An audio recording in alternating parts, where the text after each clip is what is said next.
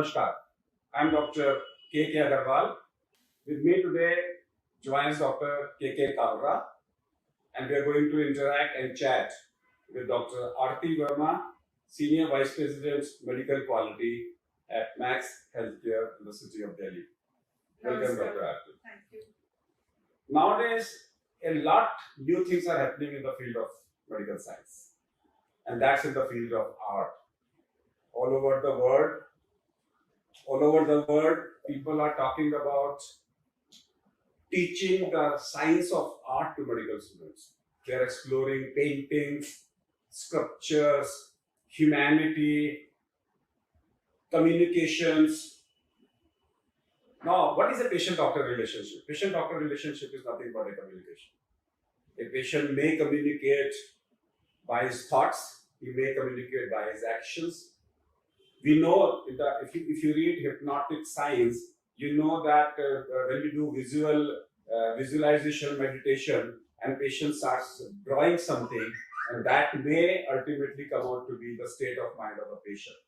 Nowadays we're talking about when you read a poetry and a painter who has painted, and you can come out the state of mind of the painter, the state of the mind of the patient.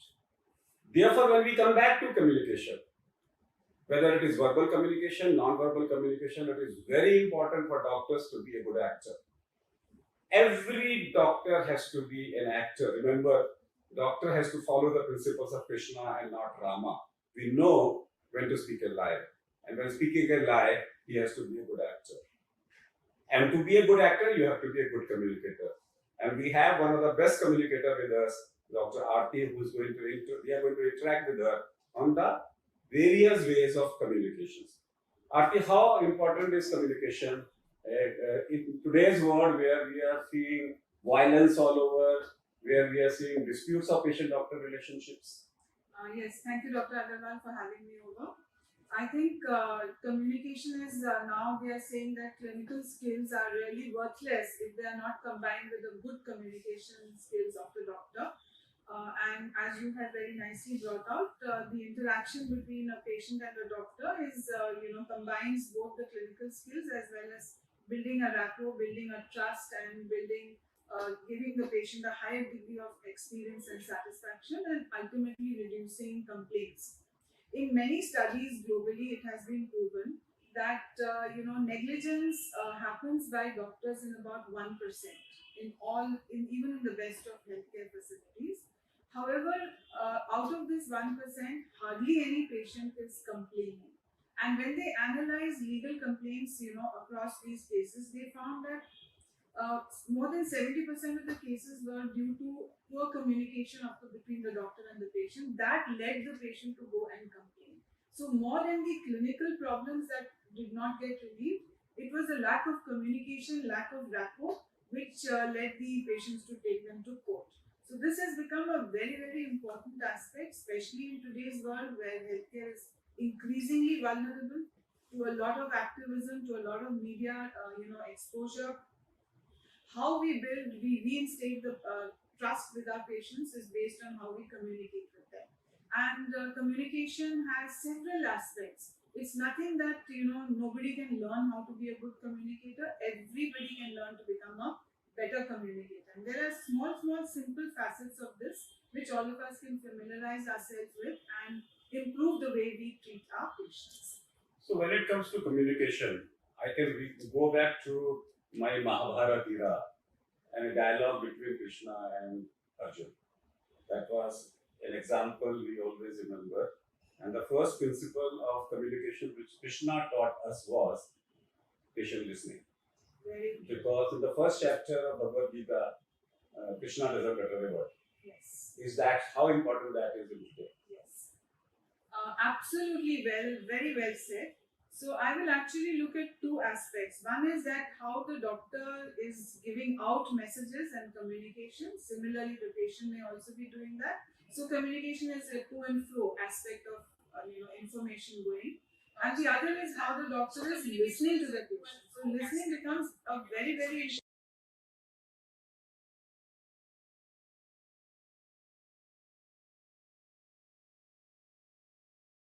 important aspect of communication. In the how we communicate to a patient, I'd like to stress here again, evidence has proven that there are three aspects of how we communicate. Only 7% of the impact of what I'm making is dependent on the words that come out of my mouth. And another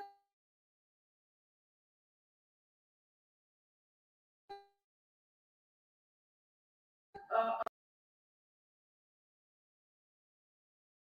about 30 odd percent of the impact comes in the way I speak those words. So, for instance, if I were to say good afternoon, Dr. Agarwal, to you, I'm saying good afternoon. The words are good afternoon. But the tenor with which I'm saying it, if my mood is upset, if I'm impatient, I can just say good afternoon, Dr. Agarwal. Or if I'm angry from inside, there's a non-verbal way of the tone in which I'm saying it, which has a bigger impact on the person who's receiving this communication. And most important, more than this, is about 60% of our communication is the impact comes out of our non-verbal behavior. So my facial expression, the gestures I'm using with my hands, whether I'm making proper eye contact, whether my facial expression is grim or smiling or empathetic, all these actually make more of an impact on the patient than just the words that we take out. The second aspect was listening. Do we have good listening skills? A very, very important part of listening is to not interrupt the patient when they are saying something, give them a good hearing, and be empathetic, encourage them to speak out. That's also a part of good listening behavior. We find again that a lot of us, because we are more paternalistic and more the knowledge experts, we tend to presume we know what the patient is trying to explain to us and don't give them a thought. We don't try and probe, we don't try and elicit questions from them. And all these aspects can easily happen if we pay attention to our listening skills and encourage our patients to be comfortable with us, encourage them to speak out, and be very, very good listeners. Both that means we have to be very mindful, both emotionally, mentally, physically. Our non-verbal, posture that we are facing, having when we are facing the patient, how we are making eye contact, all these non-verbal cues also add up to the listening experience towards a patient. So when we say that, this is how I experience it. When you talk about mindfulness, so we have mindfulness listening, mindfulness talking, mindfulness reading, mindfulness eating. That means all your five senses use it. Yes. So you when you are talking, listening, then you see how the vibrations are coming. Yes. Use your eyes, use your ears, use your smell, nose. So if you use all your five senses, that becomes a definition of mindfulness. A little bit I want to divert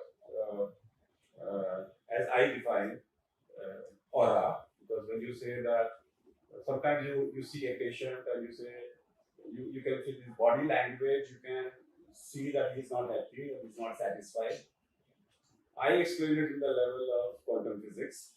In the quantum physics, at the level of quantum, when you have the photons, each photon is, qualia is your experience. Qualia is a photon with your experience. And that, there are two photons, and if they entangle with each other, they may make a bigger wave or a smaller wave. So basically, every qualia is a wave particle duality. So my wave and your wave, if they meet with each other, they may quantify or they may neutralize. It's something like you throw two stones on the water, they will make what do we call them as circles. And then if two circles, if they are from the same height, the two circles will meet, it will become like a bigger wave. And if two are of a different sizes, it will neutralize it. So it is possible, and you must concentrate on that. If you are not concentrating, you will not be able to catch that aura of the patient. You may feel he's satisfied and he is not. Very true. Now, in High Court, when you are not satisfied with the judgment, we have to go back to the same High Court. That's the law. They never send it to another judge. Right. They never send it to the double bench unless the review is with the same judge. Why can't this be a law here? That if there is a, suppose patient is not satisfied, I miss these signals, Okay, why can't we all work on it that if there is a patient-doctor relationship dispute, the patient must go to the same doctor and say, "Doc, I'm not satisfied. Now you spend time with me." Yes, very well said. And I think the doctor also never intentionally breaks the rapport and builds a mistrust. Nobody comes out with that. It happens unintentionally, and they should definitely be given a good chance to correct that. I think as the culture evolves and we have more trust and more transparency and dialogue, open dialogue between the patient, their family, and the doctors, we will have more such opportunities to revert back. So we have around 20 minutes with us because today's webcast is going to be only 30 minutes. Let's have few tips one by one. And that's three of us, we are sitting here. Let each one of us giving tips how to communicate. And this will also be useful for youngsters. And communication is not only for the patient, but also how to communicate with the people. Let's have some tips. After everything we discuss. All right, sure. So, I think we should have some. The first tip you have given already. The first tip you have given is always smile. Yeah, always smile. That is the first tip. The first tip came is that we say service, SERVE, and S for service, E for excellent, R for responsible, SERV for value, and E for enthusiasm. That enthusiasm should be shown in your face. And Aarti, I'll tell you, I lost one business of once and worth so much. A person came to sign a deal with me from Bombay, and he was so enthusiastic. He was so excited. He was calling away, "I'm coming, doc. I'm coming, doc. I'm coming, doc." He came and he shook hand with me, and he went away. Oh gosh, why did that happen? He says, "आपने जो मेरे से हाथ मिलाया, it was not warm." He says, "The way I am excited, you are not," and I lost the deal. This is such a wonderful example of non-verbal communication, because the way we communicate through our eyes, through our facial expressions, actually sends a very good message and about what's going on in one's internal mind. And I think when you meet a patient, every time you meet a patient, it will really, the introduction part is the most important. So how you greet a person, how you make facial contact, how you make eye contact, how you have a pleasant smile on your face, and a welcoming body language will really immediately establish a good rapport with the patient. After that, it will become much easier. So the most important part is the first 5 seconds that you're going to meet a patient when they come to see you. Is the most important. When Rishi Munis, people used to go to Rishi Munis, they used to be very smart. They used to do their homework. So there was some technology available, whether internal or external. Internal means a D, and external means some IT technology or a quantum technology. That the time you reach, they knew everything about you, which is now possible by a Google goggles. That with a Google goggle you can go to his Facebook. Is helping us. How important it is to communicate with the patient with his name. So you are going to the patient's bed, you are going to talk to the patient. How important it is? Very, very important. It's an excellent point you brought out. The name actually gives an identity to the human being, and you have a lot of feeling of respect when somebody calls you by your name rather than just saying this patient or that bed number. Very, very important, and a good practice is also, if you don't know the patient, to introduce yourself and also take the name, note the name of the patient and take the name of the patient each time you're interacting. And here we at IMA have a acronym called ALERT.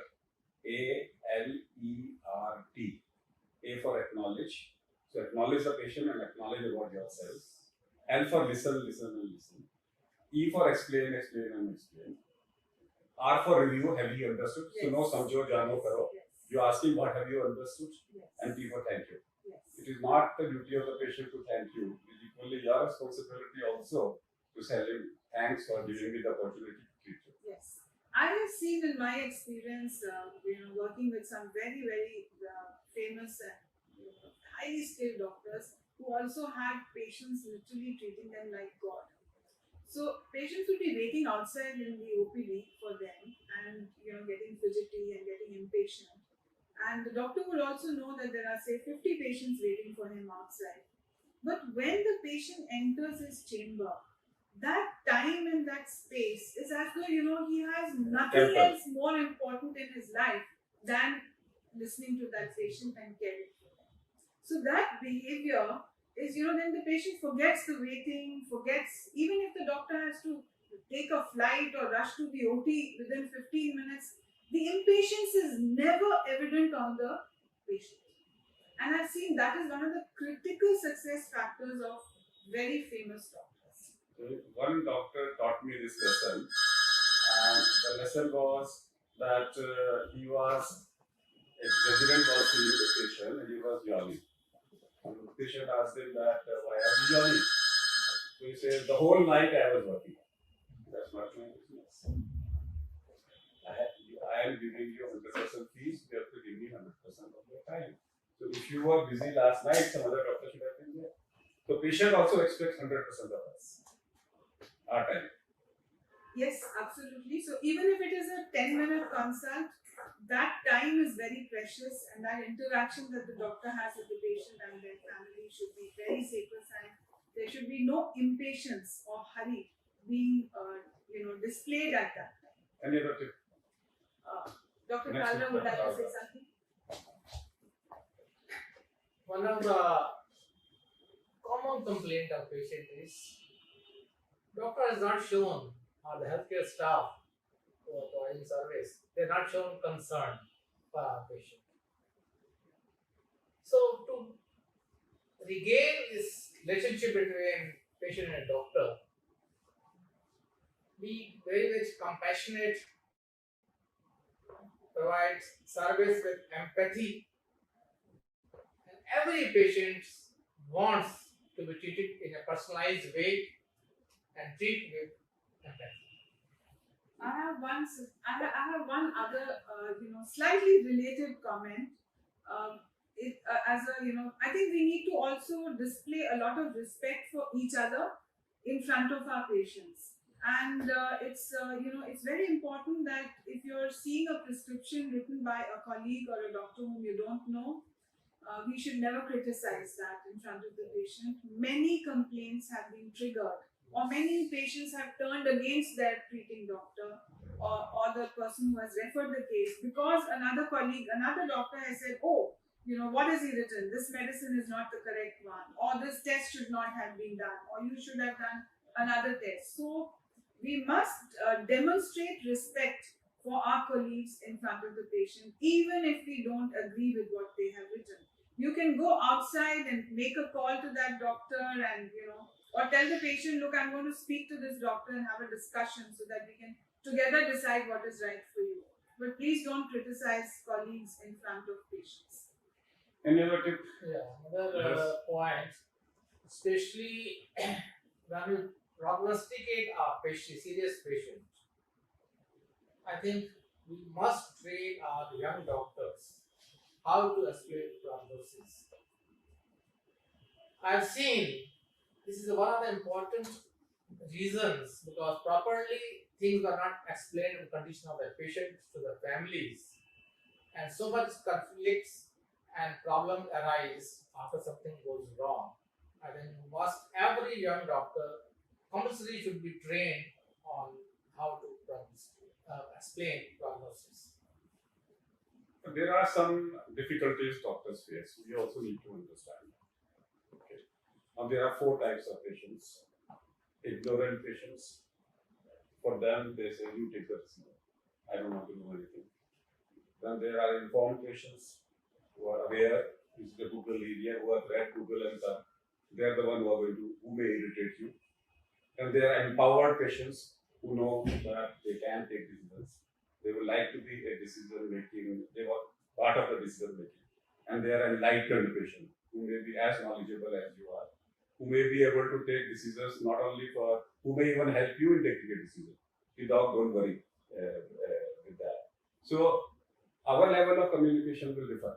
Absolutely. And the types of patients are different. So sometimes it is an art. Yes. So communication is an art. Sometimes Therefore, I say that a doctor has to be an actor. Yes. Absolutely correct, Dr. Agarwal. Although, what you said is very right, health literacy levels are very different, cultural aspects are very different. They also come in the way of, patient expectations. However, what is common to all across education, across culture, is the fact that when a person is having pain, or when the patient is having, a person is having a disease, they do have an overwhelming emotion of fear and anxiety. And I think it's for us to be very sensitive to what's going on in the emotional aspects of that patient who's come to you, and to be able to deal with it in a very empathetic manner. That's a very important aspect. We have also seen cases where patients have had very serious complications, and even errors happening, but because the doctor was caring and sensitive and had a good, trustworthy relationship, the patients swore by their doctors and believed in them and did not get upset with them. So the counter is also very important. Very, very important to deal with the emotional aspects in a very empathetic manner of, by the doctor. So one thing which was not taught to us was religion. Yes. And we are supposed to, when you go to MCI, I think you are not supposed to, religion, caste, race, you have to respect. So for example, a Christian may come back and say, pray with me. Okay. I'm not aware because as a Hindu, we never pray with our patients. We may pray for the patients, but not with them. And even an Islam person may say, whatever is happening, he says, you go and time for my prayer. And sometimes we don't know this religious thing which was not taught to us. How important now is to talk about cultures, religions, race, to every doctor so that their communication is important.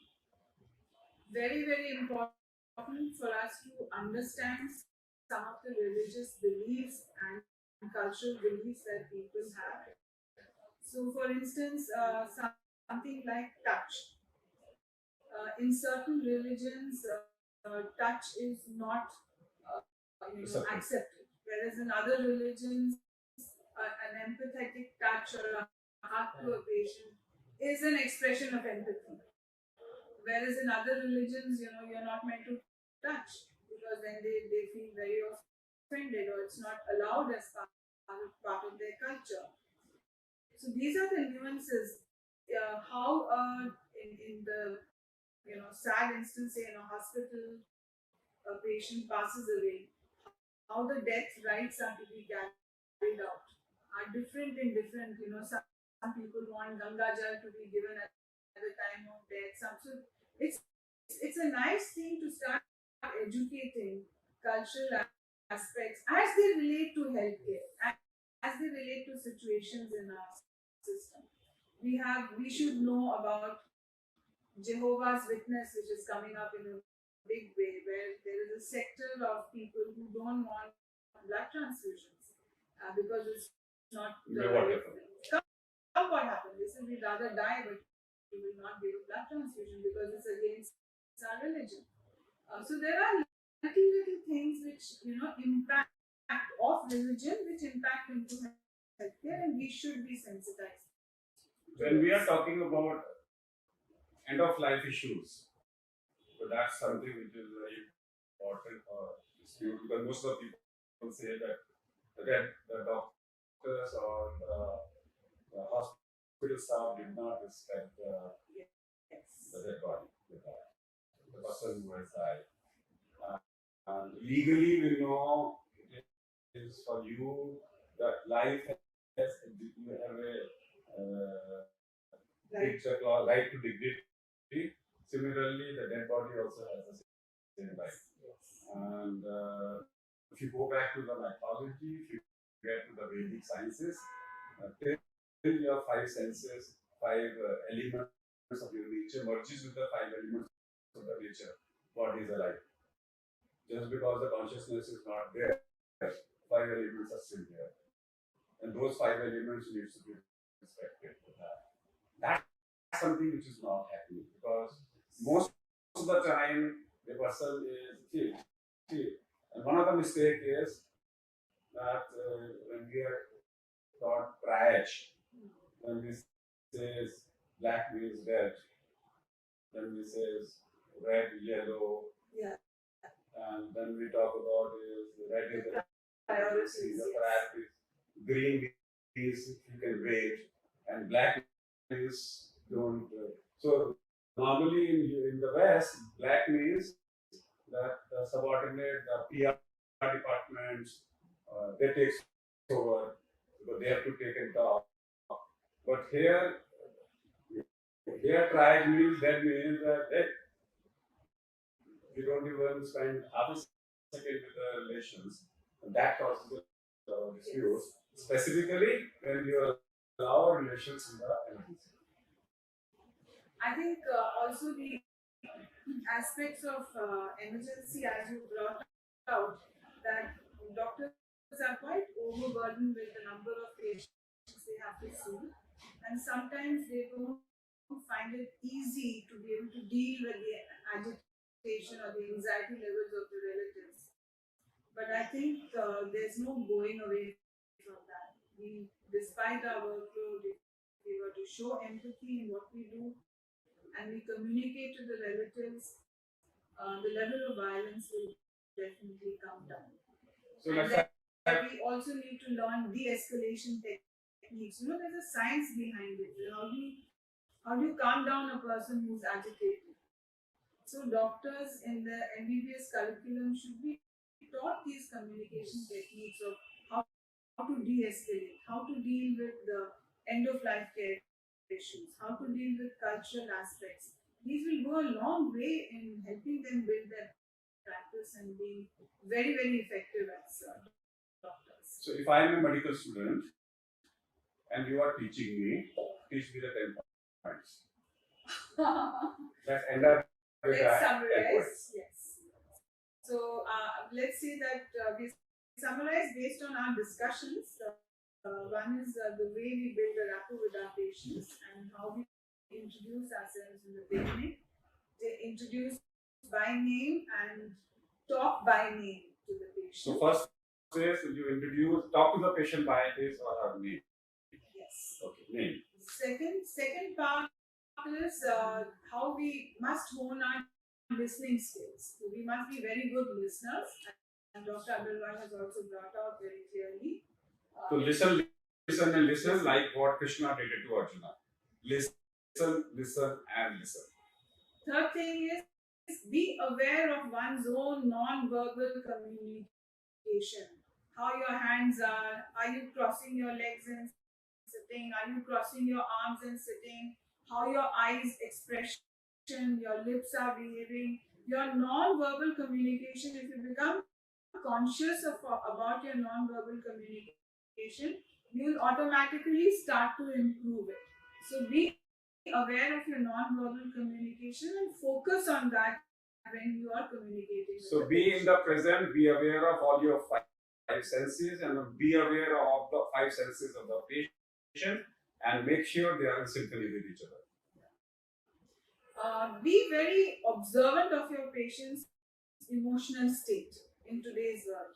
You know, while we are looking at the disease part, we also have to understand that there's a human being who's coming into your chamber or your ward. So be aware and sensitive to the emotional, mindful of the emotional state of that patient and try and manage that along with the clinical aspects of the patient. Unless you are in the present, you will not concentrate on the present. Observe, and make your all five senses alert and observe, and not only observe, also anticipate what might be happening. Unless you anticipate, sometimes you may not be able to observe what is coming forward.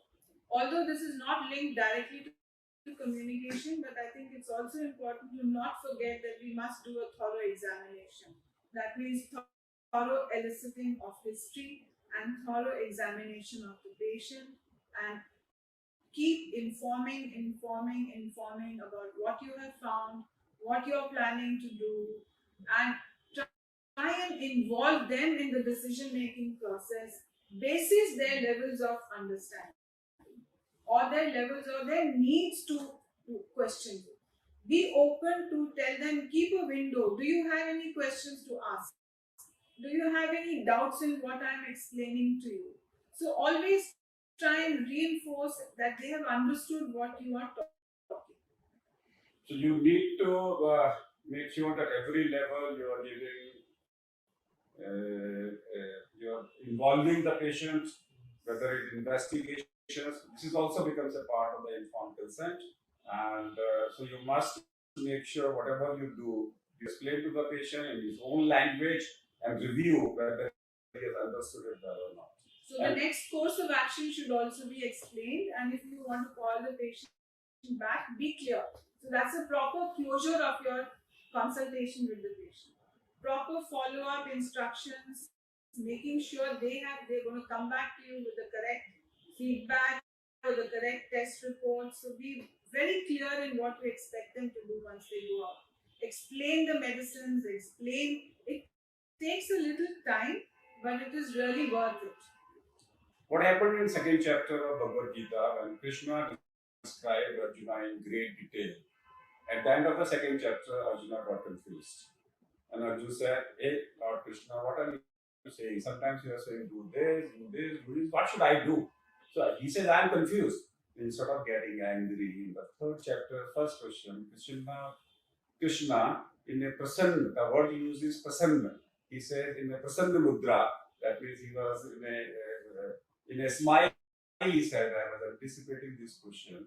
So therefore, if you are communicating with your patient and the patient has not understood, he comes back to you the next day, don't get irritated.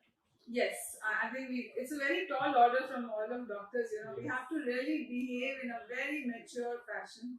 We cannot be impatient, we cannot be rude, we cannot get angry with our patients, we cannot be defensive, we can't be judgmental. Very, very tall order, but unfortunately, that's the call of the day. For in today's world, we have to be very, very nice and courteous to our patients, very compassionate towards them, especially whenever they are going through a lot of serious illnesses. So compassion cannot be taken. Remember, we are called demigods, so we need to follow two principles of beneficence and non-beneficence. Sabka bhala aur kisi ka nuksan nahi.